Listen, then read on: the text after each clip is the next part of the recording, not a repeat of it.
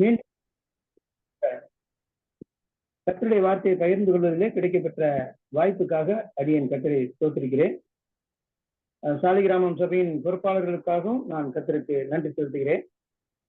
இந்த நாளிலே உங்களோடு கர்த்தருடைய வேதத்தை பகிர்ந்து கொள்வதற்கு முன்னுரையாக சில காரியங்களை சொல்லுகிறேன்.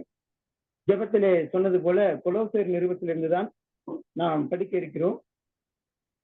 அந்த காரியத்தை நான் இறுதியிலே என்னுடைய இந்த புத்தகத்தை பற்றியதான பின்னணியை சொல்லும் பொழுது கடைசியாக அதை குறிப்பிட வேண்டும். எதை குறித்து நாம் படிக்க போகிறோம் என்பதை வெளிக்கொண்டு வர வேண்டும் என்பது இருந்தது. ஆனால் ஜெபத்திலேயே அது சொல்லப்பட்டதனாலே அதை மனதில் வைத்தவர்களாக நாம் இப்பொழுது இந்த செய்திக்குள்ளாக போகலாம். கொலோசையர் நிருபத்தை குறித்து தான் நாம் படிக்க இருக்கிறோம் என்றாலும் கூட இந்த புதிய ஏற்பாட்டிலே அதிகமான புத்தகங்களை அப்போஸ்தலனாகிய பவுல் எழுதியிருக்கிறார் என்பதை நாம் அறிவோம். 2 பகுதிகளாகிய நிருபங்களை அவர் எழுதியிருக்கிறார். மொத்தம் 21 நிருபங்கள் புதிய ஏற்பாட்டில் இருக்கிறது. அதிலே சந்தேகத்திற்கிடமான ஒரு புத்தகமாக எபிரேயர் நிருபம் இருந்தாலும் கூட அதில் பெரும்பாலானோர் அப்போஸ்தலனாகிய பவுல் எழுதினார் என்றுதான் அதை நம்புகிறார்கள். என்னுடைய அபிப்பிராயமும் அப்படிப்பட்டதுதான். அந்த நிலைமையிலே ஏறக்குறைய 14 புஸ்தகங்களை அப்போஸ்தலனாகிய பவுலால் எழுதப்பட்டிருக்கிறது. பவுல் அப்போஸ்தலன் அந்த காலத்தில் எழுதிய இந்த எல்லா கடிதங்களுமே கூட முதல் நூற்றாண்டிலே அல்லது அந்த ஆரம்ப காலங்களிலே இருந்த கிரேக்க மக்களுடைய கடித முறைமையின்படியான அமைப்பிலே தான் அந்த கடிதங்கள் எல்லாம் இருக்கிறது. இதிலே அப்போஸ்தலனாகிய பவுல் பிலமோனுக்கு எழுதின நிருபம் ஒன்றை தவிர மீதி அனைத்து நிருபங்களும் அவைகள் எல்லாம் ஒரு சபைக்கோ அல்லது சபை சார்ந்த நிலைமையில் உள்ள போதனைகளோ தான் அவைகள் எழுதப்பட்டிருக்கிறது. ஆகவே இந்த நிருபங்கள் எல்லாம் போதனை நிருபங்களாக உபதேசங்களை குறித்ததான காரியங்களை போதிக்கிறதாகவும் கிறிஸ்தவ வாழ்க்கையின் நடைமுறை சத்தியங்களை குறித்து போதிக்கக்கூடியதாகவும் இருக்கிறது. அந்த நாட்களிலே பவுல் அப்போஸ்தலன் எழுதின அந்த கடிதங்களிலே அன்றைக்கு அவர் அந்த கிரேக்கர்களுடைய கடித முறைமையை பயன்படுத்தி இருக்கிறதே அவருடைய நிருபங்களிலே நாம் பார்க்க முடியும். பொதுவாக கிரேக்கர்கள் கடிதம் எழுதும் பொழுது தங்களுடைய கடிதத்தை வாழ்த்து சொல்லி எழுத ஆரம்பிப்பது வழக்கம். அது மாத்திரமல்லாம அந்த வாழ்த்துறையில் கடிதத்தை எழுதுபவருடைய பெயர், அவர் யாருக்கு எழுதினார் என்கிற காரியங்கள் விவரங்களில் இடம்பெற்றிருக்கும். அதை தொடர்ந்து அவர் அந்த மக்களுடைய ஆரோக்கியத்துக்காக அல்லது அவருடைய ஆசீர்வாதத்திற்காக அவர் வேண்டுதல் செய்வதும் அவர்கள் நிமித்தமாக தேவனுக்கு துதி செலுத்துவதும் அங்கே இடம்பெற்றிருக்கும். அதற்கு பின்பு கடிதத்தினுடைய செய்திகள் வரும். அந்த செய்தியிலே அவர் யாருக்காக இந்த கடிதத்தை எழுதுகிறாரோ அவர்களுக்கு தேவையான காரியங்களை அதில் முக்கியமாக குறிப்பிட்டு எழுதுவது வழக்கம். இதோடு சம்பந்தப்பட்டு வேறு யாராவது அந்த செய்தியோடு சம்பந்தப்பட்டவர்கள் இருப்பார்களானால் அவர்களுக்கான சிறப்பு வாழ்த்துகள் அந்த நிருபத்தினுடைய இறுதி பகுதியிலே சேர்க்கப்பட்டு இருக்கும். இப்படிப்பட்ட நிலைமையில தான் பவுல் அப்போஸ்தலனுடைய கடிதங்கள் இருக்கிறதை நாம் பார்க்க முடியும். இந்த பவுல் அப்போஸ்தலன் எழுதின புத்தகங்களை எல்லாம் வகைப்படுத்தி சொல்லும் பொழுது அந்த புத்தகங்கள் எழுதப்பட்ட காலம் அல்லது அந்த சூழ்நிலையை கொண்டு அவைகள் 3ஆக பிரிக்கப்படுவது வழக்கம். 3 பகுதிகளாக பிரிக்கப்படுவது வழக்கம். பொதுவாக பிரயாண நிருபங்கள் என்பது ஒரு 6-7 புத்தகங்கள் இருக்கிறது. நான் ஏற்கனவே சொன்னது போல எபிரேயர் நிருபத்தையும் சேர்த்தினால் 7 புத்தகங்கள். இப்படி பிரயாண நிருபங்களாக சில புத்தகங்கள் இருக்கிறது. அடுத்ததாக சிறைச்சாலை நிருபங்கள் என்று பொதுவாக அறியப்பட்ட புத்தகங்கள் 4 இருக்கிறது. அதன் பிறகாக அவருடைய இறுதி கால நாட்களிலே அவர் எழுதின அந்த இறுதி கால போதனை புத்தகங்கள் என்று சொல்வார்கள். ஆனால் இறுதி கால நிருபங்கள் என்று சொல்வதற்கில்லை, அதற்கு பதிலாக போதக நிருபங்கள் என்று அதனை குறிப்பிடலாம். இந்த மாதிரியாக அவருடைய நிருபங்களை வகைப்படுத்த முடியும். அப்போஸ்தலனாகிய பவுலுடைய நிருபங்கள் இதிலே சிறைச்சாலை நிருபங்கள் என்கிற பகுதியிலே தான் நாம் சிந்திக்க இருக்கக்கூடிய கொலோசையர் நிருபம் வருகிறது. கொலோசையர் நிருபத்தை குறித்து பார்க்கும் பொழுது பவுல் அப்போஸ்தலன் தனது ரோம சிறையிருப்பின் போது எழுதின 4 நிருபங்களிலே இது கொலோசையர் நிருபம் ஒன்றாக இருக்கிறது. கொலோசையருக்கு எழுதின நிருபத்தை குறித்து நாம் பார்க்கும் பொழுது பவுல் அப்போஸ்தலன் தன்னுடைய 3வது மிஷனரி பயணத்தின் போது எருசலேமிலே கைது செய்யப்பட்டு அவர் சிறையிருப்புக்காக கொண்டு செல்லப்பட்டார். அவர் 3 மிஷனரி பயணங்கள் மேற்கொண்டார் என்பது உங்களுக்கு தெரியும். நீங்கள் பவுல் அப்போஸ்தலனுடைய மிஷனரி பயணங்களை படித்து வருகிறீர்கள். அப்போஸ்தலனாகிய பவுலுடைய அந்த 3 மிஷனரி பயணத்திலே 3வது மிஷனரி பயணத்தினுடைய இறுதியிலே தான் அவர் கைது செய்யப்பட்டு ரோமுக்கு கொண்டு செல்லப்பட்டார். விசாரணை கைதியாக கொண்டு செல்லப்பட்ட அவர் அங்கே கொண்டு செல்லப்பட்டு வீட்டு காவலில் வைக்கப்பட்டார். அந்த மாதிரியாக அவர் காவலில் இருக்கிற நேரத்திலே தான் பவுல் அப்போஸ்தலன் இந்த நிருபத்தை எழுதினார் என்பதை நாம் பார்க்கிறோம். இந்த நிருபமானது கொலோசே சபைக்கு எழுதி கொடுக்கப்பட்டிருக்கிற இந்த நிருபத்திலே பவுலுக்கு இந்த நிருபத்தை எழுதுவதற்கு பின்னாக சில தூண்டுதல்கள் இருந்தது. அந்த காரணங்களை நாம் பார்க்க முடியும். இது கிபி 59 61 இடைப்பட்ட காலங்களில் இந்த நிருபங்கள் எழுதப்பட்டது. இந்த நிருபத்தை எழுதுகிற நேரத்தில் இந்த கொலோசே பட்டணமானது எங்கிருந்தது, அங்க இருக்கக்கூடிய சபை எப்படி உருவானது, அங்க இருக்கக்கூடிய அந்த சபைக்கும் பவுலுக்கும் எவ்வாறு தொடர்பு ஏற்பட்டது, அந்த மக்களை பவுல் அப்போஸ்தலன் எவ்வாறு அறிந்து கொண்டார், அங்குள்ள அந்த மக்களுக்கு இந்த நிருபத்தை எழுதுவதற்கு என்ன காரணம், அந்த சபை மக்களுக்கு இந்த நிருபம் எந்த வகையில தேவைப்பட்டது, இந்த மாதிரியான அவசிய காரணங்களை நாம் அறிய வேண்டியது அவசியமாக இருக்கிறது. இதெல்லாம் தெரிந்தால்தான் இந்த புத்தகத்தை நாம் படிக்கும் பொழுது அது நமக்கு பிரயோஜனம் உள்ளதாக எளிதில் விளங்கிக் கொள்ளக்கூடியதாக இருக்கும். மாத்திரமல்லாமல் இந்த நாட்களுக்கும் அது நமக்கு அந்த கொலோசே சபைக்கு எழுதப்பட்ட கடிதத்தினுடைய காரணங்கள் இந்த நாட்களிலே உள்ள நமக்கும் சம்பந்தப்பட்டவைகளாக இருக்கிறது. ஆகவே இந்த நிருபத்தில் இருக்கக்கூடிய விவரங்கள் நமக்கு அவசியமானதாக இருக்கிறது. பவுல் அப்போஸ்தலன் சிறைச்சாலையில இருக்கிற நேரத்திலே இந்த நிருபத்தை அவர் எழுதினார் என்று சொல்லி பார்க்கிறோம். இந்த பட்டணமானது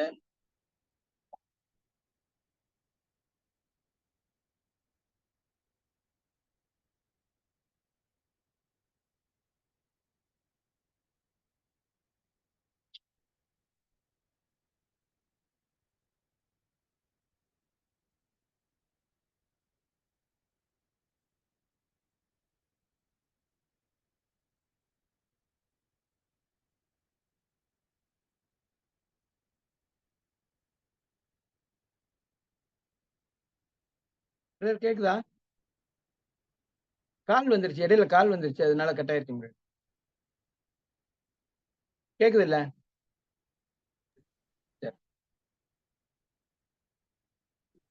ஆசியா மைனர் என்று சொல்லக்கூடிய சின்ன ஆசியாவில் அமைந்துள்ள ஒரு பட்டணம் தான் கொலோசே பட்டணம்.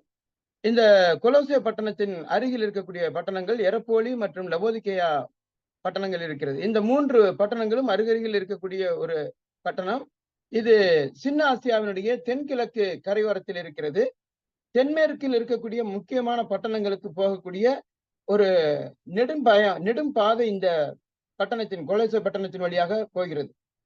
ஆகவே இந்த சின்ன ஆசியாவில் இருக்கக்கூடிய இந்த பட்டணத்திலே எப்படி சுவிசேஷம் பரவியது, எப்படி வந்தது, அங்குள்ள மக்கள் எப்படி சத்தியத்தை கேட்டார்கள், ரட்சிக்கப்பட்டார்கள் என்பதை நாம் அறியும் பொழுது அது நமக்கு வியப்பை தரக்கூடியதாக இருக்கிறது. அப்போஸ்தலனாகிய பவுல் நேரடியாக சென்று இங்கே சுவிசேஷத்தை அறிவித்து சபை உருவாகவில்லை. இங்குள்ள சபை பவுல் அப்போஸ்தலனால் ஆரம்பிக்கப்பட்ட சபை அல்ல. ஒரு அப்போஸ்தலனால் ஆரம்பிக்கப்படாவிட்டாலும் கூட இது அப்போஸ்தலனுடைய சுவிசேஷத்தின் மூலமாக அந்த சுவிசேஷம் அங்கு சென்றது என்பதை நாம் அறிய முடியும். இதற்கு பக்கத்தில் இருக்கக்கூடிய பட்டணம் அல்லது இந்த கொலோசே பட்டணத்தோடு சம்பந்தப்பட்ட மிக நெருக்கமான ஒரு பட்டணம் தான் எபேசுவில் இருக்கக்கூடிய பட்டணம், எபேசு பட்டணம். அந்த எபேசு பட்டணத்திலே அப்போஸ்தலனாகிய பவுல் 2 முறை சென்றிருக்கிறார். அப்போஸ்தலனாகிய பவுல் தனது 2ஆம் மிஷனரி பயணத்தின் போது அங்க போய் சுவிசேஷத்தை அறிவித்திருக்கிறார். அது மாத்திரமல்லாமல் அவருடைய 3வது மிஷனரி பயணத்தின் நேரத்திலே அங்கே எபேசுல இருந்து 3 வருஷம் ஊழியத்தை செய்திருக்கிறார். அந்த எபேசுல அவர் தங்கியிருந்த நாட்களிலே எபேசுல அநேக மக்கள் வந்து போகக்கூடிய ஒரு மிக முக்கியமான பட்டணமாக இருந்தது. பவுல் அப்போஸ்தலனுடைய ஊழியத்திலே இருந்த அந்த பட்டணங்கள் எல்லாமே அன்றைய நாட்களில் இருந்த மக்கள் சமூக தொடர்புக்கு மிக ஏதுகரமான ஒரு முக்கியமான பட்டணங்களாக இருந்தது. ஒன்று வழிபாட்டு தலங்கள் இருக்கக்கூடிய நிலைமையிலே மக்கள் வரவு அதிகம் இருக்கக்கூடிய ஒரு பட்டணமாக இருக்கலாம், அல்லது வியாபார காரணத்தின் நிமித்தமாக மக்கள் வந்து போகக்கூடிய பல கலாச்சாரங்கள் உடைய மக்கள் ஒருவரை ஒருவர் சந்திக்கவும் மக்களோடு மக்கள் தொடர்பு கொள்வதற்கு ஏதுகரமான பட்டணங்களாக இருக்கும். இப்படிப்பட்ட பெரும் பட்டணங்களிலே அப்போஸ்தலனாகிய பவுல் ஊழியம் செய்தது சுவிசேஷ பிரபல்யத்துக்கு அது மிக ஒரு வசதிகரமானதாக இருந்தது. பல இடங்களுக்கும் போகாமல் பல இடத்து மக்கள் ஒரு இடத்துல வந்து சேரும் பொழுது அவர்கள் சுவிசேஷத்தை கேட்பதற்கு வாய்ப்பாக இது அமைந்தது. அந்த நிலைமையிலே எபேசு பட்டணத்திலே பவுல் அப்போஸ்தலன் சுவிசேஷத்தை அறிவித்த நாட்களிலே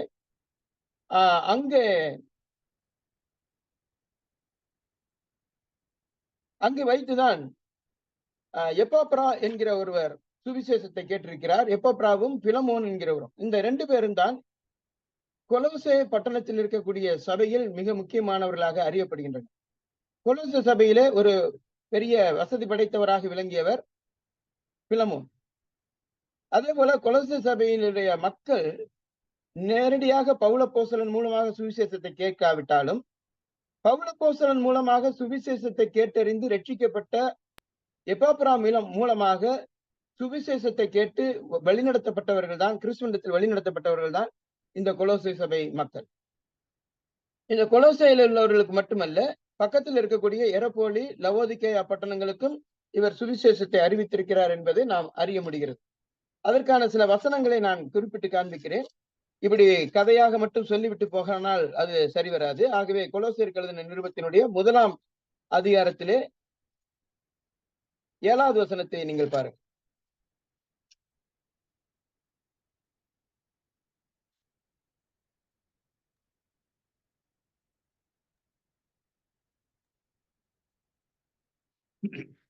அதை எங்களுக்கு பிரியமான 3வது வசனம், 6வது வசனம், 7, 8 இந்த வசனங்களை நீங்கள் பார்த்தால் கிறிஸ்து இயேசுவின் மேலுள்ள உங்கள் விசுவாசத்தையும் பரிசுத்தவான்கள் எல்லார் மேலுள்ள உங்கள் அன்பையும் குறித்து நாங்கள் கேள்விப்பட்டோம் என்று சொல்கிறார். அடுத்ததாக 7வது வசனத்திலே அதை எங்களுக்கு பிரியமான உடன் வேலையாலும் உங்களுக்காக கிறிஸ்துவின் உண்மையான ஊழியக்காரனுமாய் இருக்கிற எப்பாப்பிராவினிடத்தில் நீங்கள் கற்றறிந்தீர்கள். அதாவது சுவிசேஷத்தை அவர்கள் கேட்டதை குறித்து எழுதுகிறார். 6வது வசனத்தில் குறிப்பிடுகிறார், நீங்கள் அந்த நம்பிக்கையை குறித்து நீங்கள் முன்னமே சத்திய வசனமாகிய சுவிசேஷத்தினாலே கேள்விப்பட்டீர்கள் என்று சொல்லுகிறார். சத்திய வசனமாகிய சுவிசேஷத்தினை அவர்கள் கேட்டது யார் மூலமாக என்று சொன்னால், எங்களுக்கு பிரியமான உடன் வேலையாலும் உங்களுக்காக கிறிஸ்துவின் உண்மையான ஊழியக்காரனுமாய் இருக்கிற எப்பாப்ராவினிடத்தில் நீங்கள் கற்றறிந்திருக்கிறீர்கள். 8வது வசனம், ஆவிக்குள்ளான உங்கள் அன்பையும் அவனே எங்களுக்கு தெரியப்படுத்தினான். இப்படி பவுல் அப்போஸ்தலனுக்கும் கொலோசை சபை மக்களுக்குமான நிலைமையிலே சுவிசேஷ பரிமாற்றத்திற்கும் கொலோசை சபையினுடைய விவரங்களை பவுல் அப்போஸ்தலன் அறிய தருவதற்கும் ஊடாக இருந்து செயல்பட்டது எப்பாப்ராவாக இருக்கிறார். அது மாத்திரமல்ல, கொலோசியருக்கு எழுதின நிருபம் 4ஆம் அதிகாரம் 12வது வசனம், 13வது வசனம், எப்பாப்ராவும் உங்களுக்கு வாழ்த்துதல் சொல்லுகிறான். உங்களை சேர்ந்தவனும் கிறிஸ்துவின் ஊழியக்காரனுமாகிய இவன் நீங்கள் தேவனுக்கு சித்தமானவைகள் எல்லாவற்றிலும் தேர்ந்தவர்களாயும் பூரண நிச்சயம் உள்ளவர்களாயும் நிலை நிற்க வேண்டும் என்று தன் ஜெபங்களில் உங்களுக்காக எப்பொழுதும் போராடுகிறான். இவன் உங்களுக்காகவும் லவோதிக்கேயருக்காகவும் எரப்போலியருக்காகவும் மிகுந்த ஜாக்கிரதையுள்ளவனாய் இருக்கிறான் என்பதற்கு நான் சாட்சியாயிருக்கிறேன் என்று எழுதுகிறார். அது மாத்திரமல்ல, இதோடு கூட பிலமோன் நிருபம் 23வது வசனம், கிறிஸ்து இயேசுவின் நிமித்தம் என்னோடு கூட காவலில் வைக்கப்பட்டிருக்கிற எப்பாப்ராவும் என்று எழுதுகிறார். ஏன் இந்த வசனங்களை குறிப்பாக பிலமோன் நிருபத்தின் வசனத்தை நான் மேற்கோள் காட்டினேன் என்றால் அதற்கு ஒரு காரணம் இருக்கிறது. இந்த சிறைச்சாலை நிருபங்கள் என்று சொல்லக்கூடிய நிருபங்கள் 4 நிருபங்கள், அதாவது பிலிப்பியர், கொலோசியர், எபேசியர், பிலமோன், இந்த 4 நிருபங்களும் தான் சிறைச்சாலை நிருபங்கள் என்று சொல்லக்கூடிய நிருபங்கள். இந்த 4 நிருபங்களும் எழுதப்பட்ட சூழ்நிலையிலே ஒரு தொடர்பு, ஒரு ஒன்றுக்கொன்று தொடர்புடைய நிலைமையில அது இருக்கிறதை நாம் பார்க்க முடியும். அதாவது பவுல் அப்போஸ்தலன் சிறைச்சாலையில் இருக்கிற நேரத்திலே அவரை கண்டு விசாரிப்பதற்காக, அவருடைய நிலைமையை விசாரித்தறிய வேண்டும் என்பதற்காக ஆதங்க மனப்பான்மையோடு இருந்த பிலிப்பு சபை விசுவாச மக்கள் அங்கே எப்பாப்ரா தீத்துவை அனுப்பினார்கள். எப்பாப்ரா வேற, எப்பாப்ரா தீத்து வேற.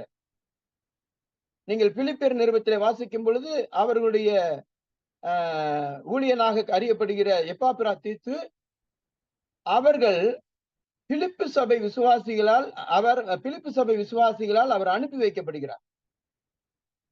பவுலப்போஸ்தலனை குறித்து அதிக அக்கறையும் ஆர்வமும் அன்பும் கொண்ட மக்கள் இந்த பிலிப்பு சபை மக்கள். ஆகவே பவுலப்போஸ்தலனுடைய சிறை அனுபவத்தை கேட்ட மாத்திரத்திலே அவர்கள் அதிர்ந்து போனார்கள். அவர்கள் மிகவும் வருத்தம் அடைந்தார்கள். பவுலப்போஸ்தலனை கண்டு நலம் விசாரிக்கவும் அவருக்கு சில உதவிகளை செய்வதற்காகவும் எப்பாப்பிராத்தீத்து மூலமாக அவர்கள் உதவிகளை அனுப்பி பவுலப்போஸ்தலனை அறிந்து வரும்படியாக செய்து அனுப்பினார்கள். அப்படி நலம் விசாரிக்கும்படி வந்தவர் தான் எப்பாப்பிராத்தீத்து. அதே சமயத்திலே அந்த சிறைச்சாலையில் இருக்கிற நேரத்திலே பிலமோன் ஒரு வசதி படைத்த கொலோசை பட்டணத்து சபையில் வசதி படைத்த ஒரு மனிதனாக இருக்கிறார். அவரிடத்திலே ஒரு வேலைக்காரனாக இருந்தவன் தான் பிலமோன். ஒனேசிமு அந்த பேரை மாற்றி சொல்லிட்டேன். ஒனேசிமு என்ன செய்கிறான்? பிலமோனிடத்திலிருந்து அவன் ஏதோ சில காரணங்களுக்காக அவன் திருடி கொண்டோ எப்படியோ அங்கிருந்து கைதியாக இருந்தவன் அல்லது அங்கே அவர் அடிமையாக இருந்தவன் அங்கிருந்து ஓடி போனவன் எப்படி அங்க சந்தித்தான் என்பது தெரியாது. எப்படியோ ஒரு வகையிலே அவன் ரோம கைதியாக பவுலை சந்தித்திருக்க கூடும். அந்த நிலைமையிலே சிறைச்சாலையில் வைத்து பவுலப்போஸ்தலன் இந்த ஒனேசிமுக்கு சுவிசேஷத்தை அறிவிக்கிறார். சுவிசேஷத்தை அறிவித்ததன் மூலமாக இப்பொழுது ஒனேசிமு ரட்சிக்கப்பட்டிருக்கிறார். ரட்சிக்கப்பட்டிருக்கிற இந்த ஒனேசிமு அங்க இருக்கிறதை நாம் பார்க்கிறோம்.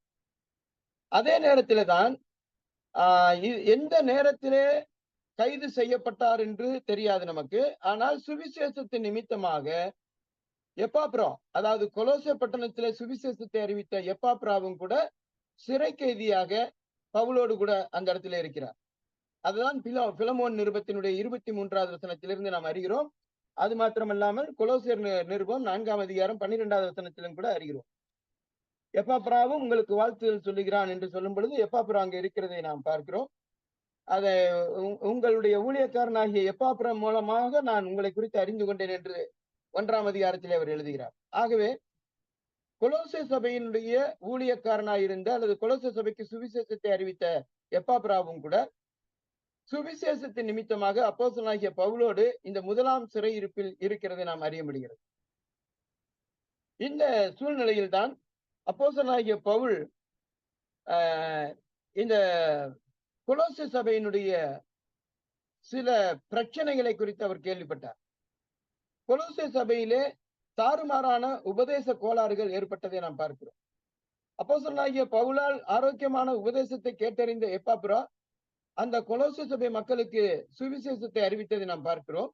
ஆனால் அங்குள்ள மக்கள் கொஞ்ச நாட்களிலாக அங்கிருந்து தாறுமாறான நிலைமையிலே தவறான உபதேசங்களுக்கு ஆட்பட்டதை நாம் பார்க்கிறோம். அதற்கு காரணம் இந்த கொலோசை பட்டணத்தினுடைய சூழ்நிலை ஒரு காரணமாக இருந்தது.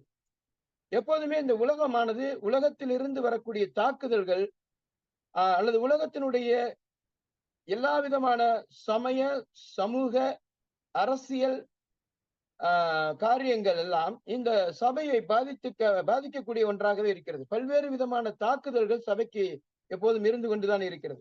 அந்த நிலைமையிலே கொலோசை பட்டணத்தினுடைய கலாச்சார, சமய, சமூக, பொருளாதார, அரசியல் நிலைமைகளை நாம் உற்று பார்க்கும்போது குறிப்பாக அந்த சமயம், அங்குள்ள மக்களுடைய சமூக வாழ்க்கை, இவைகள் எல்லாம் இந்த சபையினுடைய ஆரோக்கியமான உபதேசத்தின் பாதிப்புக்கு ஒரு வகையிலே காரணமாக இருந்தது. காரணம், மக்கள் அதற்கு இடம் கொடுக்கிறது தான். எல்லா காலங்களிலுமே மக்கள் சத்தியத்தினுடைய ஆரோக்கியமான உபதேசத்தை விட்டு விலகுவதற்கு ஏதுவாக உலகத்திலிருந்து வரக்கூடிய பல்வேறு விதமான உபதேசங்கள், போதனைகள், தத்துவங்கள் மக்களுக்கு பாதிப்பை ஏற்படுத்தக்கூடியதாக, அவருடைய விசுவாசத்தை தகர்க்கக்கூடியதாக இருக்கிறது. இது திருச்சபையை எப்போதும் தாக்குதலுக்குள்ளாக்க வேண்டும் என்ற நோக்கத்தோடு கங்கணம் கட்டி திரிகிற சாத்தானுடைய செயல்களில் ஒன்றாக இருக்கிறது. ஆனால் மக்களோ அதற்கேற்ற நிலைமையிலே விழிப்புள்ளவர்களாக இருப்பதில்லை. உங்கள் எதிராளியாகிய பிசாசானவன் அவன் எப்போதும் சுற்றி திரிகிறான், பீரிகர்ச்சிக்கிற சிங்கம் போல சுற்றி திரிகிறான் என்று சொல்லி பேதுரு அப்போஸ்தலன் எழுதுகிறார். உலகத்திலிருந்து வரக்கூடிய பல்வேறு விதமான தத்துவங்கள், உபதேசங்கள், மனித கோட்பாடுகள், இவைகள் எல்லாம் புதிதாக உருவாகி கொண்டே இருக்கும். இன்றைய நாட்களிலும் கூட ஏதோ ஒரு வகையிலே மனிதர்களுடைய சுய தத்துவ கல்விகள் அல்லது கோட்பாடுகள் அல்லது மனிதர்களுடைய சில தத்துவார்த்தமான வார்த்தைகள் தொடர்பு சமூக தொலைத்தொடர்பு சாதனங்கள் வாயிலாக பரிமாறப்பட்டு கொண்டே இருக்கிறது. அதெல்லாம் கேட்கும்போது பார்க்கும்போது மக்களுக்கு மனதிலே அதிலே ஒரு இடம் பிடித்து விடுகிறது. அது உலகத்திலிருந்து எடுக்கக்கூடிய சில தத்துவங்களை சில பிரசங்க நேரங்களிலே கூட மக்கள் பயன்படுத்துகிறதை நாம் பார்க்கிறோம். அதுல சரியானதும் இருக்கும், தவறானதும் இருக்கும். ஏதொன்றையும் உலகத்திலிருந்து நாம் பெறும் பொழுது அது வேத சத்தியத்துக்கும் உபதேசத்துக்கும் சரியானதாக இருக்கிறதா என்பதை முதலாவது பார்க்க வேண்டியது அவசியம். மனதுக்கு சரியாக தோன்றியது, புத்திக்கும் அறிவுக்கும் எட்டியது என்பது நல்லதாக தோன்றுகிறது என்பதற்காக பழத்தை பறித்து புசித்த ஏவாளை போல இன்றைக்கு மக்கள் எல்லாவற்றையும் உள்வாங்கிக் கொள்கிறார்கள். பார்வைக்கு இன்பமும் புசிப்புக்கு நல்லதும் இச்சிக்கப்படத்தக்கதுமாய் இருக்கக்கூடியதான கனிகளாக இன்றைக்கு அநேக கவர்ச்சிகரமான உபதேச போதனைகள் தத்துவங்கள் மக்களை வந்து சேருகிறது. ஆகவே மனதுக்கும் புத்திக்கும் எட்டியதையெல்லாம் நாம் உள்வாங்கிக் கொள்ளாமல் அவைகள் வேத சத்தியத்துக்கு ஒத்ததாக இருக்கிறதா என்பதை பார்க்க வேண்டும். ஆனால் இந்த கொலோசை சபை மக்கள் அந்த பட்டணத்தில் இருக்கக்கூடிய பல்வேறு சமயம் சார்ந்ததான உபதேச கோட்பாடுகளை உள்வாங்கிக் கொண்டார்கள். குறிப்பாக அங்கே பல யூத மக்கள் இருந்தார்கள். அந்த யூத மக்கள் மத்தியிலே பல தவறான உபதேச கோட்பாடுகள் உருவாகி கொண்டிருந்தது. எப்போதுமே கிறிஸ்தவத்துக்கு பாதிப்பை ஏற்படுத்த வேண்டும் என்பதுதான் சாத்தானுடைய நோக்கமாக இருக்கிறது. குறிப்பாக தேவ மக்களுடைய விசுவாசத்திலே விளைவு ஏற்படுத்தக்கூடியதுதான் அவனுடைய நோக்கமாக இருக்கிறது. தேவனுடைய வார்த்தையின் மீது இருக்கக்கூடிய விசுவாசத்தை தகர்ப்பதுதான் சாத்தானுடைய ஆரம்பகால வேலையாக இருக்கிறது. ஏதேனிலே தொடங்கி இன்றைய வரைக்கும் அவன் செய்து கொண்டிருக்கிற காரியம் அதுதான். கொலோசை சபைக்கு ஏற்பட்ட பிரச்சனை இன்றைக்கு நம்முடைய ஒவ்வொரு சபைகளுக்கும் ஏற்பட வாய்ப்பு உள்ளது என்பதை நாம் முதலாவது இதிலிருந்து அறிய வேண்டும். ஆகவே நாம் உபதேச சத்தியத்திலே ஆரோக்கியமான சத்தியங்களிலே வேறு கொண்டவர்களாக நிலை பெற்றவர்களாக இல்லாவிட்டால், நாம் நம்முடைய உறுதித்தன்மையை உடையவர்களாக இல்லாவிட்டால், தவறான போதனைகள் கோட்பாடுகள் எதன் வாயிலாகவும் நாம் ஈர்க்கப்பட்டு போவோம், இழுப்புண்டு போவோம். அதற்கான நிறைய சாத்தியக்கூறுகள் இந்த நாட்களிலே வெளி உலகத்திலிருந்து திருச்சபைக்குள்ளாக வருகிறதை நாம் பார்க்க முடிகிறது. இதற்கு நாமே இடம் தருகிறோம். இந்த கொலோசை சபை மக்கள் பல்வேறு விதமான துறவற கோட்பாடுகள், ஞான கோட்பாடுகள் போன்ற பல உபதேச தவறுகளிலே அவர்கள் சிக்குண்டிருந்தார்கள். சில மக்கள் வந்தார்கள். அவர்கள் என்ன செய்தார்கள்? அவர்கள் சாதாரணமான அறிவை நாம் பெற்றிருப்பது போதாது, ஒரு தெய்வீகமான ஞானத்தை நாம் பெற வேண்டும். அந்த ஞானமே நமக்கு ரட்சிப்புக்கு அவசியமானது. அதுவே ஆவிக்குரிய வாழ்வின் உயர்வான தரம் என்பதற்கான அடையாளமாக அவர்கள் போதித்தார்கள். அவர்கள் ஞான கோட்பாட்டாளர்கள், நோஸ்டிசிசம் என்று அவர்களுக்கு பெயர் இருக்கிறது. சரித்திரத்திலே இந்த உபதேச தவறுகளை குறித்து நாம் படிக்கிற பாடத்தை படிக்கும்போது இவர்கள் ஞானவாதிகள் என்று அழைக்கப்படுகிறார்கள், நாஸ்டிசிஸ் என்று அழைக்கப்படுகிறார்கள். அதுபோலவே இன்னொரு கூட்டத்தார் இருந்தார்கள். அந்த மக்கள் துறவரம் பூணக்கூடிய துறவர போதனையாளர்களாக இருந்தார்கள். தூண் துறவிகள் என்று சொல்லக்கூடிய துறவரம் எல்லாம் ஆரம்ப கால சபைகளிலே இருந்தது. இதெல்லாம் ஏதோ கடந்த நூற்றாண்டுகளிலே 20 நூற்றாண்டுகளுக்கு முன்னதாக இருந்தது என்று எண்ண வேண்டாம். இன்றைய வரைக்கும் இதனுடைய தாக்கங்கள் இருக்கிறது. அந்த துறவர சபைகளின் வளர்ச்சி இன்றைக்கு இருக்கக்கூடிய கத்தோலிக்க திருச்சபைகளிலேயும் இருந்து அவர்களுடைய ஞான வரங்கள், அதாவது கிருபை வரங்களை பெற்றுக்கொள்வதற்கான 7 வழிகளிலே துறவரமும் ஒன்றாக வைக்கப்பட்டிருக்கிறது. ஞான வரங்களை பெறுவதிலே 7 காரியங்கள் முக்கியமானது. கத்தோலிக்க போதனையின்படி அந்த 7 காரியங்களிலே துறவரம் முக்கியமானதாக இருக்கிறது. ஆகவேதான் அவர்கள் துறவரத்துக்கு முக்கியத்துவம் கொடுத்து அவர்களுடைய போதனைகளை பின்பற்றுகிறார்கள். இப்படியான துறவர போதனைகள் மற்றுமான சரீர ஒடுக்குதல்கள், ஞான உபதேசங்கள், அது பரத்திலிருந்து வந்த ஞானம் அல்ல. 2 விதமான ஞானத்தை குறித்து யாக்கோபு தன்னுடைய நிருபத்தில் எழுதுகிறார். லௌகீக ஞானம் ஒன்று பரத்துக்குரிய ஞானம். இந்த லௌகீக ஞானமானது மனித தத்துவங்களால் உருவாக்கப்பட்ட பொய்யான போதனைகளாக இருக்கிறது. அப்படிப்பட்ட போதனைகளை அந்த மக்கள் பெற்றிருந்தார்கள். அது சபைகளுக்குள்ளாக ஊடுருவியது. அது மாத்திரமல்லாமல் சடங்குகளை நிறைவேற்றுவதன் மூலமாக, நியாயப்பிரமாணத்தின் சடங்குகளோடு கூட யூத பாரம்பரியத்தில் இருக்கக்கூடிய பிற சடங்குகளையும் நிறைவேற்றுவதன் மூலமாகவும் நாம் நம்முடைய பரிசுத்த வாழ்க்கைக்கும் ரட்சிப்புக்கும் அவைகள் அவசியம் என்ற போதனைகள் எல்லாம் இருந்தது. இப்படிப்பட்ட பல்வேறு விதமான தவறான போதனைகள் எல்லாம் இந்த திருச்சபைக்குள்ளாக ஊடுருவியது. ஆகவே நல்லதும் கெட்டதுமான இருதரப்பு நிலைமைகளையும், கொலோசை சபையினுடைய இந்த 2 நிலைமைகளையும், அவருடைய விசுவாசம், நம்பிக்கை, அன்பு, இம்மூன்றையும் குறித்து முதல் அதிகாரத்திலே நாம் பார்க்கிறோம். அந்த அந்த அந்த விசுவாச மக்களுடைய சுவிசேஷத்தின் மீது அவர்களுக்கு வைத்திருந்த விசுவாசம், பரலோகத்தில் இருக்கக்கூடிய நம்பிக்கை, இப்பொழுது அவர்களிடத்தில் இடம்பெற்றிருக்கக்கூடிய கிறிஸ்தவ அன்பு, இவைகள் எல்லாவற்றையும், ஆரோக்கியமான நல்ல காரியங்களையும் பவுல் அப்போஸ்தலனுக்கு தெரியப்படுத்தினது எப்பாப்ரா. அதே போல இந்த திருச்சபை மக்களை பாதித்திருந்த தவறான போதனைகள், கொள்கைகள், இவைகளை குறித்தும் அப்போஸ்தலனாகிய பவுலுக்கு எப்பாப்ரா மூலமாக தெரிய வந்தது.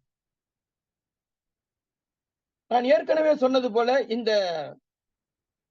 இந்த கொலோசை பட்டணம் ஒரு பிரதானமான பாதையின் ஊடாக, அல்லது இந்த பட்டணத்தின் ஊடாக இந்த பாதை பயணித்ததினாலே இந்த பட்டணத்தின் வழியாக போக்குவரத்தில் இருக்கக்கூடிய மக்கள், மேற்குக்கும் கிழக்குக்குமாக பயணிக்கக்கூடிய பெரும் பாதை, இந்த பெரும் பாதையின் வழியாக போகிற பல வகைப்பட்ட மக்கள், அதிலே குறிப்பாக பிரகியா, அந்த பாதையினுடைய அந்த மக்களுடைய தாக்கங்கள் அதிகமாக இருந்தது. அவர்கள் தான் இங்கு அதிகமாக இருந்தார்கள், பிரிகியாவினுடைய மக்கள். அந்த மக்களுடைய கலாச்சாரங்கள், இவைகள் எல்லாம் கூட மக்களை பாதித்ததாக இருந்தது. இந்த இந்த இந்த பட்டணத்திலே பல்வேறு விதமான தொழில் வளர்ச்சிகள் இருந்தது. குறிப்பாக கம்பளி வளர்ச்சி இருந்தது, கம்பளி தொழில். ஹெரபோலிஸ், லவோதிகேயா என்கிற பட்டணங்களுடைய வியாபார ஸ்தலங்கள் இங்கே பக்கத்தில் இருந்தது. இப்படிப்பட்ட மக்கள் எல்லாம் இருக்கிற நேரத்திலே கிறிஸ்துவுக்கு 2 நூற்றாண்டுக்கு முன்பாக அங்கே அந்தியோகஸ் எபிபானஸ் என்று சொல்லக்கூடிய மன்னன், அந்தியோகஸ் மன்னன் மூலமாக, அந்தியோகஸ் எபிபானஸா அல்லது அந்தியோகஸ் மன்னன் இன்னொரு அந்தியோகஸா என்று எனக்கு சரிவர தெரியவில்லை. ஆனால் கிமு 223 இருந்தது அந்தியோகஸ் எபிபானஸ் தான். அந்த மன்னன் மூலமாக 2000க்கும் அதிகமான யூத மக்கள் இங்கே கொண்டு வந்து குடியமர்த்தப்பட்டார்கள் என்று சொல்லி ஜோசிபஸ் எழுதுகிறார். ஆகவே இவ்விதமாக அங்கே சில யூத மக்களும் கூட இருந்தார்கள்.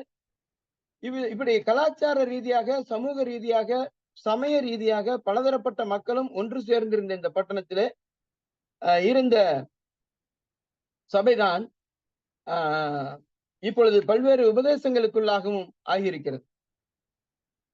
தூதர்களுடைய வழிபாட்டு முறை, அதாவது தேவ தூதர்களை வழிபடுவதை குறித்து கூட இங்கே போதிக்கப்பட்டது. அது மாத்திரமல்ல, தாழ்மையான காரியம், விசுவாச மக்கள் தாழ்மையாய் நடந்து கொள்ள வேண்டும் என்பது உண்மையானாலும் கூட இவர்களுடைய தாழ்மை எல்லாம் வெளிப்பிரகாரமான சம்பிரதாயமான தாழ்மையாக, மாயமான தாழ்மை என்று குறிப்பிடப்படுகிறது. மாயமான தாழ்மையை கடைபிடிக்கிறவர்களாக இருந்தார்கள். நான் அடிக்கடி இந்த தாழ்மையை குறித்து சிந்திக்கும் பொழுதெல்லாம் என்னுடைய மனதில் வரக்கூடியது பிற மத சன்னியாசிகளுடைய சாது என்று சொல்லக்கூடிய சன்னியாசிகளுடைய அந்த முகப்பாவனை தான். கிறிஸ்தவர்கள் மக்களிடத்திலே கூட காண முடியாத அளவுக்கு அவர்களுடைய பேச்சுக்களும் அவருடைய பாவனைகளும் அவ்வளவு மிகுந்த சாந்தமான, அமைதியான ஒன்றாக காணப்படும். ஆனால் அதெல்லாம் ஒரு வெளிப்பிரகாரமான பக்தி வேஷத்தில் ஒன்றான காரியமாக இருக்கிறது. அவர்களுடைய அந்த வெளி தோற்றம், மாயமான தாழ்மை மற்றும் மென்மையான பேச்சுக்கள், இவைகளின் மூலமாக அவர்களை மக்கள் மிக பக்திமான்களாகிய சாதுக்களாக மக்கள் கருதுகிறார்கள். மக்கள் அவர்களை வசமாக திருப்பப்படுகிறார்கள். இப்படி தாழ்மையான, மாயமான தாழ்மை, சரீர ஒடுக்கம், இவைகளுக்கு அடுத்த உபதேசங்கள் எல்லாம் இந்த சபையில இருந்தது. இந்த சூழ்நிலையிலே இந்த சபைக்கு கடிதத்தை எழுதுகிற அப்போஸ்தலனாகிய பவுல் இந்த சபையினுடைய தவறான உபதேசங்களை சரி செய்வதற்காக, கடிந்து கொள்வதற்காக, அவர்களை சீர்திருத்துவதற்காக தான் இந்த நிருபத்தை எழுதினார். சுருக்கத்தில் சொல்ல போனால், வாரன் வியர்ஸ்பி சொல்லும் பொழுது இப்படியாக சொல்லுகிறார்: இந்த மக்கள் கிறிஸ்துவை தள்ளிவிடவில்லை, தங்களுடைய வாழ்க்கையிலிருந்து கிறிஸ்துவை தள்ளிவிடவில்லை, மாறாக அவர்கள் கிறிஸ்துவை சிங்காசனத்தில் இருந்து தள்ளிவிட்டார்கள் என்று எழுதுகிறார். உண்மையிலேயே கிறிஸ்துவனுடைய அந்த உயர்ந்த ஸ்தானத்தில் இருந்து அவர்கள் தாழ்த்தி விட்டார்கள். காரணம் என்ன என்று சொன்னால், இந்த போதனைகள் எல்லாமே கிறிஸ்துவனுடைய அந்த முதன்மை தன்மை, பூரணத்தன்மை, இவைகளுக்கெல்லாம் எதிரானதாக இருந்தது. கிறிஸ்து நமக்கு போதுமானவர் அல்ல. கிறிஸ்து இந்த நமக்கு தேவை, நமக்கு இருக்கக்கூடிய மத்தியஸ்தர்களில் பலரில் ஒருவர் தான் கிறிஸ்து. ஆகவே கிறிஸ்து மாத்திரம் நமக்கு ஒரு முக்கியமான நபர் அல்ல, கிறிஸ்து வாயிலாக மட்டும் நமக்கு எல்லாமே கிடைத்து விடாது என்று சொல்லக்கூடிய போதனைகள் இருந்தது. ஆகவே எல்லாம் கிறிஸ்துவே என்கிற கோணத்திலே தான் இந்த நிருபம் பவுல் அப்போஸ்தலனால் எழுதப்படுகிறது. கிறிஸ்துவே எல்லாமாக இருக்கிறார், கிறிஸ்து நிறைவானவராக இருக்கிறார், கிறிஸ்து பூரணராக இருக்கிறார், கிறிஸ்து முதன்மையானவராக இருக்கிறார், கிறிஸ்து ஆதியாக இருக்கிறார், அவர்தான் துவக்கமாக இருக்கிறார் என்கிற வார்த்தைகள் எல்லாம் இதிலே பார்க்கிறோம். அது மாத்திரமல்ல, எல்லாம் என்கிற எல்லாம் சகலம் அப்படிங்கிற அந்த வார்த்தைக்கான கிரேக்க சொல் பாஸ் அப்படிங்கிற அந்த கிரேக்க சொல்லானது ஏறக்குறைய இந்த நிருபத்தில மாத்திரம் 30க்கும் மேற்பட்ட தடவை வருகிறது. அனைத்தும், எல்லாம், சகலமும் அப்படிங்கிற அந்த சொல்லாடல்கள் எல்லாம் இந்த ஒரே கிரேக்க சொல்லினுடைய பல மொழிபெயர்ப்பு வார்த்தைகளாக இருக்கிறது. இப்படியாக கிறிஸ்துவனுடைய மேன்மையை குறித்து குறிப்பிடுவதற்காக அப்போஸ்தலனாகிய பவுலால் இது எழுதப்பட்டது. ஏற்கனவே சொன்னது போல பவுல் அப்போஸ்தலனுடைய வீட்டுக்காவல் சிறையில் இருந்து இந்த கடிதம் எழுதப்பட்டது என்பதனாலே இது 59க்கும் 61க்கும் இடையில எழுதப்பட்ட கடிதங்களாக இது இருக்கிறது என்பதை நாம் அறிய முடிகிறது. 60 அல்லது 61 வாக்கிலே இந்த கடிதங்கள் எழுதப்பட்டிருக்கும்.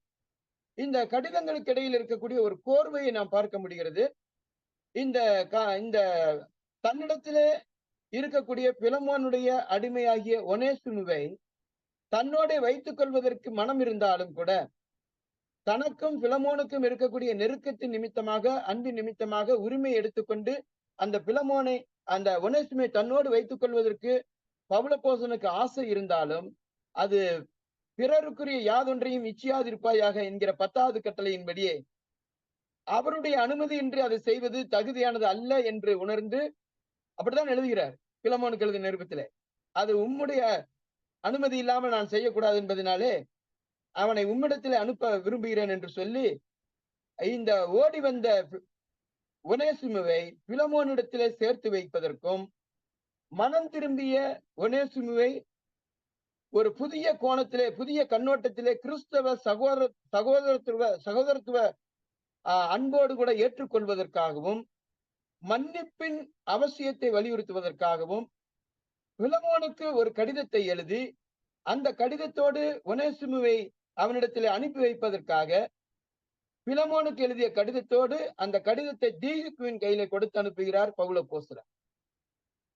அதே நேரத்தில் தான் இந்த கொலோசை சபை விசுவாசிகளுக்கான நிருபமும் எழுதப்பட்டு, ஏன்னா பிலமோன் கொலோசை சபையில் தான் இருக்கிறார்.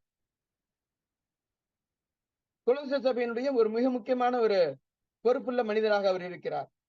அதன் காரணமாக கொலோசை சபைக்கும் ஒரு கடிதம் எழுத வேண்டிய அவசியம் பவுல் அப்போஸ்தலனுக்கு ஏற்பட்டிருக்கிறது. எப்பாப்ரா மூலமாக பவுல் அப்போஸ்தலன் அந்த கொலோசை சபையை குறித்து கேள்விப்பட்ட அத்தனை விஷயங்களையும் மனதில் வைத்து கிறிஸ்துவுக்குள்ளாக அவர்கள் நிலை பெற்றிருக்க வேண்டும் என்பதற்கும், குறிப்பாக அப்போஸ்தல விசுவாச சத்தியத்தில் அவர்களை உறுதிப்படுத்தி நிலைநிறுத்துவதற்காகவும், பிழையான உபதேசங்களுக்குள் சிக்கி இருக்கக்கூடிய அவர்களை விடுவிப்பித்து சத்தியத்திலே நிலைநிறுத்துவதற்காகவும் அவர் இந்த கடிதத்தை எழுத வேண்டிய அவசியம் ஏற்பட்டது. அதன் காரணமாக இந்த கொலோசை சபைக்கும் இந்த கடிதத்தை எழுதி தீகிக்குவின் கையிலே பிலமோனுக்கு ஒரு நிருபம், கொலோசை சபைக்கான ஒரு நிருபமாக எழுதி இதை அனுப்புகிறது நாம் பார்க்கிறோம். அது மாத்திரமல்லாமல் இவர் இந்த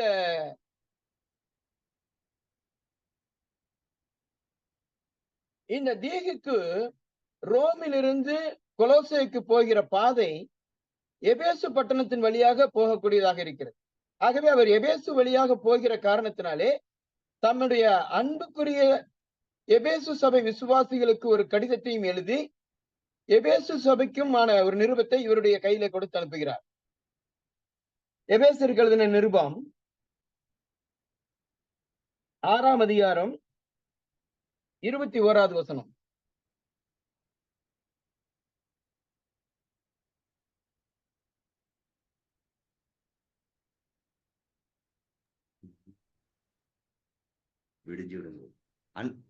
அன்றியும் எனக்கு அடுத்த காரியங்களும் என் சுக செய்திகளும் உங்களுக்கு தெரிய வரும்படிக்கு அவைகளை எல்லாம் நமக்கு பிரியமான சகோதரனும் கர்த்தருக்குள் உண்மையுள்ள ஊழியக்காரனுமாய் இருக்கிற தீகிக்கு உங்களுக்கு அறிவிப்பான். நீங்கள் எங்கள் செய்திகளை அறியவும் அவன் உங்கள் இருதயங்களுக்கு ஆறுதல் செய்யவும் அவனை உங்களிடத்தில் அனுப்பினேன். இந்த கடிதங்கள் எல்லாம், இந்த பிலமோன், கொலோசையர், எபேசியர், பிலிப்பியர், இந்த 4 நிருபங்களும் பவுல் அப்போஸ்தலன் இந்த சிறையிருப்பில் இருக்கும் பொழுதுதான் எழுதினார் என்பதை நாம் அறிவதற்காக ஒரு சில வசனங்களை நான் காட்ட விரும்புகிறேன். முதலாவதாக கொலோசியர் எழுதின நிருபம் 4ஆம் அதிகாரம் 10வது வசனத்திலே என்னோடு கூட காவலில் இருக்கிற என்று சொல்லி பார்க்கிறோம். கொலோசியர் 4:10.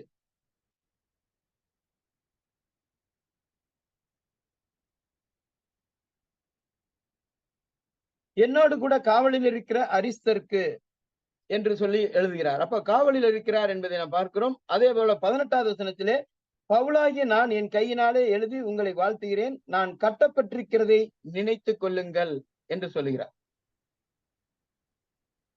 பிறகு பிலமோனுக்கு எழுதின நிருபத்திலே 1வது வசனத்திலே கட்டப்பட்டிருக்கிற பவுலாகிய நான் என்று சொல்லுகிறார். பிலமோன் 8வது வசனத்திலே மறுபடியும் சொல்கிறார், பவுலாகிய நான் கட்டப்பட்டிருக்கிறபடியால் என்று அவர் குறிப்பிடுகிறார். எபேசியருக்கு எழுதின நிருபத்திலே 3ஆம் அதிகாரம் 1வது வசனத்திலே கிறிஸ்துவின் நிமித்தம் கட்டுண்டவனாயிருக்கிறேன் என்று குறிப்பிடுகிறார். 4ஆம் அதிகாரம் 1வது வசனத்திலே கர்த்தர் நிமித்தம் கட்டுண்டவனாகிய நான் என்று எழுதுகிறார். 6ஆம் அதிகாரம் 19வது வசனத்திலே சங்கிலியால் கட்டப்பட்டிருக்கிற ஸ்தானாபதி என்று எழுதுகிறார். பிலிப்பியருக்கு எழுதின நிருபத்திலே 1ஆம் அதிகாரம் 12 முதல் 14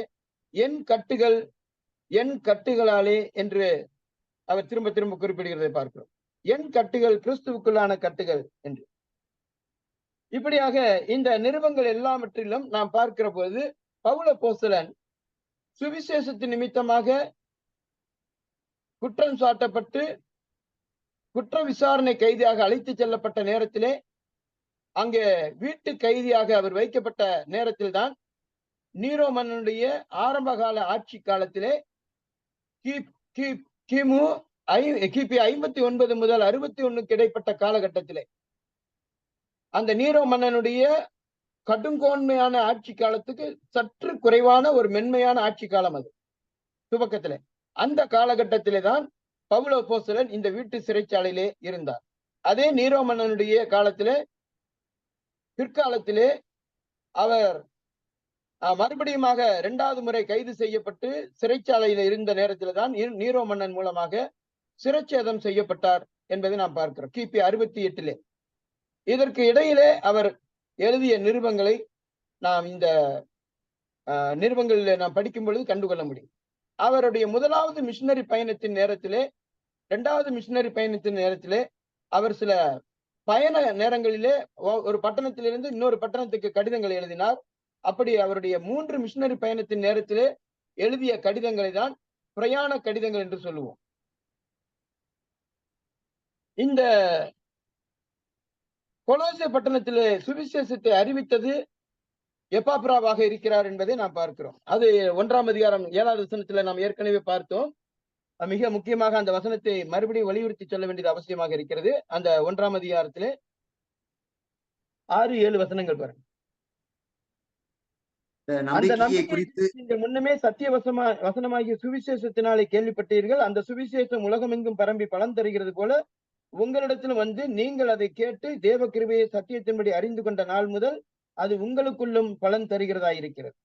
அதை எங்களுக்கு பிரியமான உடன் வேலையாலும் உங்களுக்காக கிறிஸ்துவின் உண்மையான ஊழியக்காரனுமாய் இருக்கிற எப்பாப்ராவினிடத்தில் நீங்கள் கற்றறிந்திருக்கிறீர்கள் என்று சொல்லி பார்க்கிறோம். அவரேதான் எரப்போலியருக்கும் லவோதிக்கேயருக்கும் சுவிசேஷத்தை அறிவித்தவர் என்பதை நாம் அறிய முடிகிறது. பக்கத்தில் இருக்கக்கூடிய 2 முக்கியமான பட்டணங்கள், அந்த 2 பட்டணங்களில் இருந்த சபைகளிலும் கூட இந்த விசுவாச மக்கள் இருந்தார்கள். அவர்களுக்காகவும் கூட இவர் ஜெபிக்கிறதை நாம் பார்க்கிறோம். 4ஆம் அதிகாரம் 13வது வசனம், இவன் உங்களுக்காகவும் லவோதிக்கேயருக்காகவும் எரப்போலியருக்காகவும் மிகுந்த ஜாக்கிரதை உள்ளவனாய் இருக்கிறான் என்பதற்கு நான் சாட்சியாய் இருக்கிறேன் என்றது. ஆகவே எரப்போலி பட்டணத்தில் இருந்த விசுவாசிகள் மற்றும் லவோதிக்கேயா பட்டணத்தில் இருக்கிற விசுவாசிகள், கொலோசே சபையில் இருக்கக்கூடிய விசுவாசிகள், இவர்கள் எல்லாருக்காகவும் சிறையில் பவுல் அப்போஸ்தலனோடு கூட இருக்கக்கூடிய எப்பாப்ரா அங்கே அவர்களுக்காக ஜெபிக்கிறதை நாம் பார்க்கிறோம். மிகுந்த பாரத்தோடு கூட ஒரு சுவிசேஷ ஊழியன் கட்டப்பட்டிருக்கிற நேரத்திலும் கூட சுவிசேஷம் கட்டப்பட முடியாது என்பதை பவுல் அப்போஸ்தலன் எழுதுகிறார். சுவிசேஷகன் கட்டப்படலாம், ஆனால் சுவிசேஷத்தை கட்ட முடியாது என்று சொல்லி நாம் பொதுவாக சொல்வோம். பவுல் அப்போஸ்தலனுடைய வார்த்தை தான் அது. நான் கட்டப்பட்டிருக்கிறேன், சுவிசேஷமோ கட்டப்படவில்லை.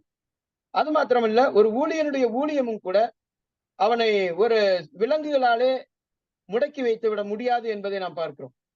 இங்க இருக்கக்கூடிய வரக்கூடிய போகக்கூடிய மக்களுக்கு சுவிசேஷத்தை அறிவிக்கிறதோடு கூட அங்கே வெளியில இருக்கக்கூடிய மக்களுக்கும் ஊழியத்தை செய்யும்படியாக தங்களுடைய ஜெபங்களின் மூலமாக அவர்களுக்காக போராடி கொண்டிருக்கிறார்கள்.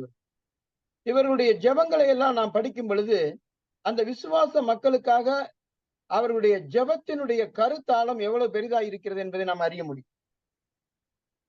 ஜெபம் என்பது சாதாரணமானதாக நாம் எண்ணி விடுகிறோம். அதுவும் குறிப்பாக இவ்வுலக பிரகாரமான தேவைகளுக்காக ஜெபிக்கிற ஜெபங்களை தான் நாம் பொதுவாக ஜெபமாக அறிந்திருக்கிறோம்.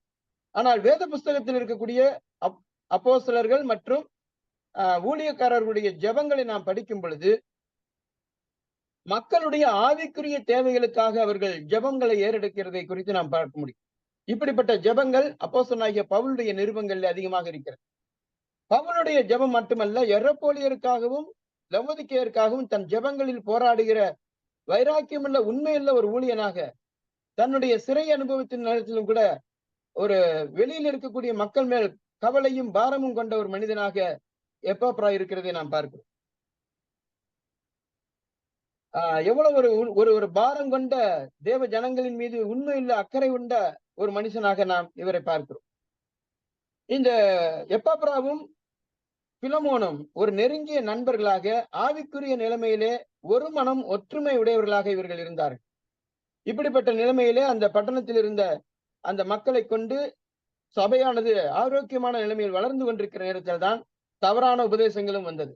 உங்களுக்காக, உங்களுடைய ஆத்துமாக்களுக்காக உத்தரவாதம் பண்ணக்கூடிய, உங்களை வழிநடத்தக்கூடிய மக்கள் திருச்சபையிலே பொறுப்பானவர்கள் இருந்தாலும் அவர்கள் அதை உண்மையோடும் அக்கறையோடும் உங்களுக்கு அதையெல்லாம் செய்கிறவர்களாக இருந்தாலும் கூட உங்களுக்குள்ளாக நீங்கள் தரக்கூடிய அந்த தவறான உபதேசங்களுக்கும் தங்களுடைய காதுகளையும் கண்களையும் திறந்து வைக்கக்கூடிய உலகத்துக்கு வழிவிடக்கூடிய பல வழிகளின் மூலமாகவும் தவறான உபதேசங்கள் மக்களுக்குள்ளாக வந்து சேருகிறது. அப்படிப்பட்ட ஆபத்து எப்போதும் திருச்சபைக்குள்ளாக இருக்கிறது என்பதனாலே திருச்சபை மக்களை குறித்து மிகுந்த கவலையும் பாரமும் வழிநடத்தக்கூடிய மக்களுக்கு இருக்கிறது என்பதை அறிகிறது மட்டுமல்ல, அந்த மாதிரியான வைராக்கியமுடைய கவலையும் பாரமும் கொண்ட உத்தரவாதம் உள்ள பொறுப்பாளர்கள், மேய்ப்பர்கள், உதவிக்காரர்கள், மூப்பர்கள், சுவிசேஷகர்கள் இந்த நாட்களிலே தேவையாக இருக்கிறது.